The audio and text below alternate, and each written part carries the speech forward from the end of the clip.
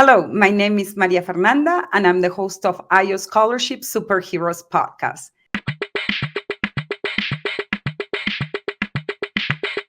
Easy, easy, so easy.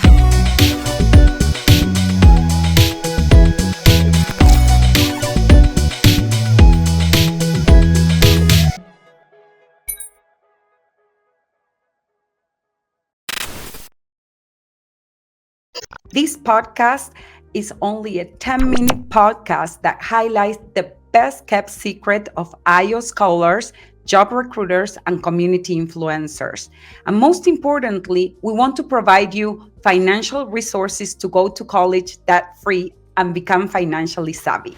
Today, we have a very special guest that we invited 2 years ago, Dayani Williams. She's a vibrant yet personable scholar with wisdom beyond her years.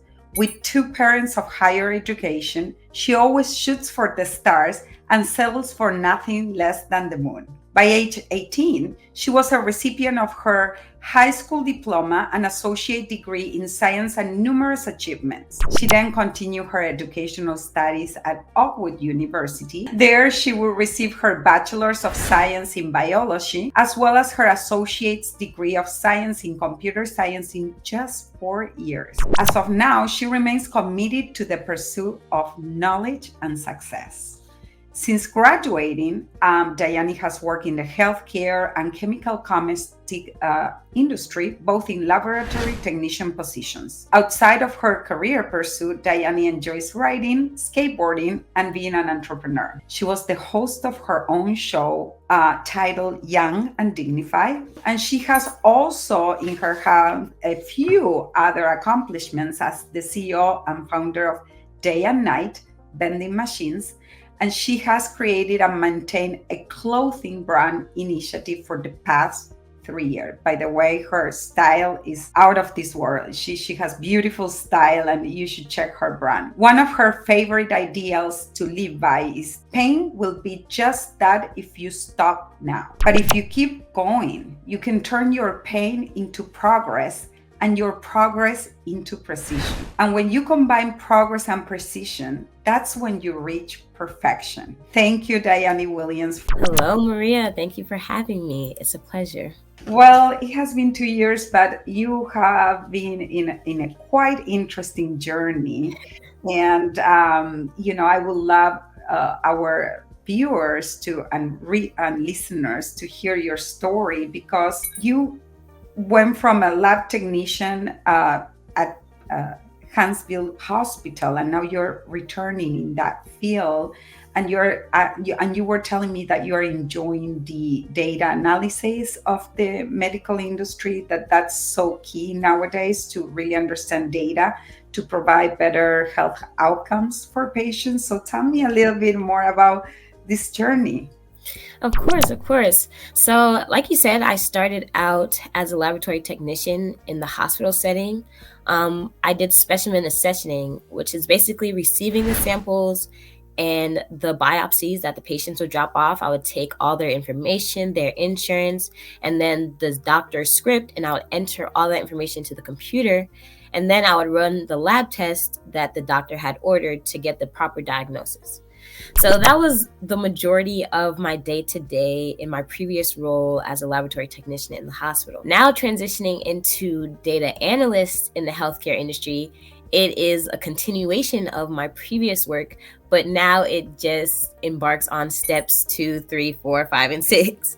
So before I was just responsible for the data entry aspect of it, but now I do data entry and then collecting and then analysis and grafting and breaking down that information and understanding what it means and compiling reports and making assumptions based on that information.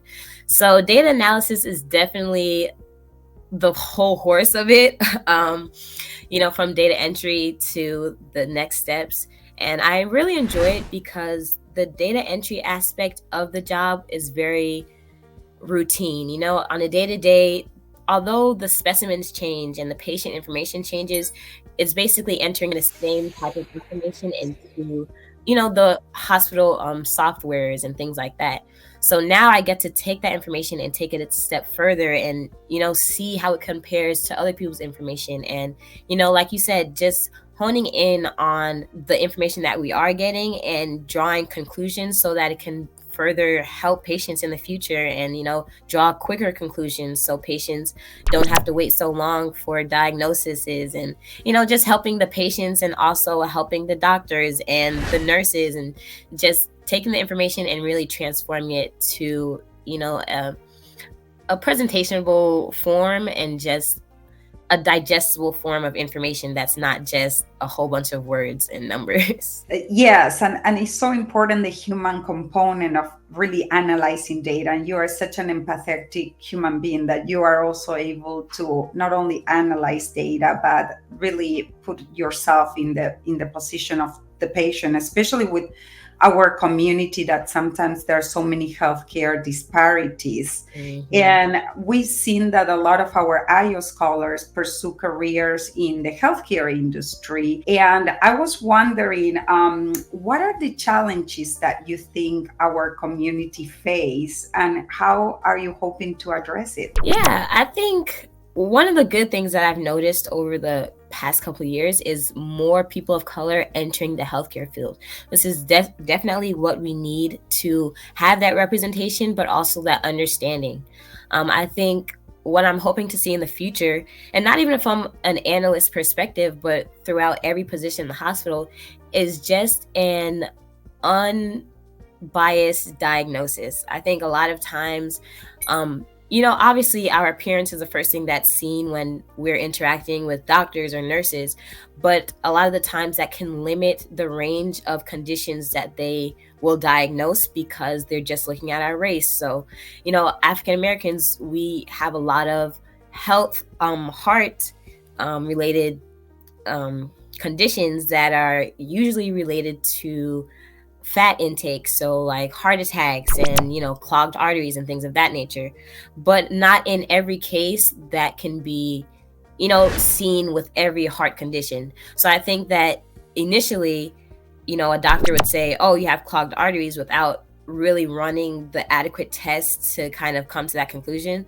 So I think having more minorities represented in this industry will eliminate just blanket diagnosis and will cause us to question it further and do the proper analysis behind the diagnosis to, come to a sound conclusion so that, the treatment can be accurate and not costly on both sides of the table. So visit IOScholarships as we have access to thousands of STEM scholarships based on your unique ethnic background, waiting for you today. Some of them only require 2.5 GPA and no essay. Remember, the more you apply, the more chances you have to win. Apply today. Yes, that I agree with you that representation is key, not only in the healthcare industry, but in a lot of industries. And I know that you are doing so much for our community and working very hard because, the healthcare industry needs your help. There are a lot, as you said, things that we can improve, and in terms of diagnosis, and to not take one set of approach, as you said. So I think, AI is only as powerful and useful as the person using it. So if we don't know how to properly use it, then it's going to be useless. So I think that is definitely the next wave of education and knowledge, is people completing more AI certifications and just getting more familiar with how to use artificial intelligence with search engines and how to use it on a daily basis to benefit us in all of our careers, honestly. That's true. Artificial intelligence has, again, its flaws, and it's key that people like you that has actually computer science background, analytic background, and on top of that, you really understand your culture and your community. You will bring so much wealth of expertise to any company that want to hire you in the future. And again, when you have that wealth of wisdom of data analytics, you understand your community, you are able to deliver the best service you can. And the connection with potential patients is so powerful when you understand those elements. So So thank you for bringing that to the table. And who are your biggest mentors and cheerleaders who motivated you to pursue this career? Mm. Well, I would be remiss if I didn't mention my parents as definitely great motivators and a foundation for who I am today. They're both, recipients of higher education degrees, and they have inspired me to not only surpass the standard, but make my own standard and, kind of define what success looks like for myself. My father, for one, he is actually in the information technology industry and is now, he started his career here after graduating college, and he's just matriculated and grown and gone up the ladder, and now is in management for technologies. And I just use him as a big inspiration because he made a lot of sacrifices, but he also knew what his end goal was. And I think that that's why he's so successful, because, despite the setbacks he did have, he always knew that he was working towards something bigger than himself. And I kind of want to keep that same mindset when I'm going along on my journey. So definitely big mentors in my life. And I think I am blessed to have a great support system in the shape of friends and family. Thank you for being part of our community, because your story is so inspirational, because some students during these difficult times that they have to struggle with multiple jobs to go to college or to go to community college, and the journey is not easy, and it's, as you said, it's so important to keep in mind that you have a goal that is bigger than you, and that makes it all possible. And the resilience comes from that kind of sense of community to do something that is not only beneficial for yourself, but also for your whole community. And that's why the healthcare industry is one of the most commendable industries, because you guys are taking care of our health. So that's the principle of everything, of economy, of a society. If we don't have a healthy society, we cannot prosper. Even with technology we can scale, but you cannot prosper without health. So what would be your final message of encouragement for our listeners? I think the best thing to remember is that there's always going to be a rock in the road, and it's up to you whether you let the rock stop you or you find a way around it.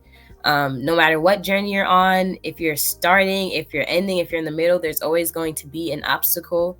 But if you focus your attention on the obstacle, then that's where your attention will be drawn. But if you focus your attention on a way to get around the obstacle, then you will find a way around it. So my biggest piece of advice is literally give it to God. I can't attribute my successes to myself. He's the one who brought me here. So to anyone, I would say pray and pray and pray some more. There are many verses and scriptures that I lean on when I'm feeling low, but the one that I hold closest to my heart is Philippians 4 verses 6 through 7. And it says, "Don't worry about anything. Instead, pray about everything. Tell God what you need and thank Him for all He has done. Then you will experience God's peace, which will exceed anything we can understand.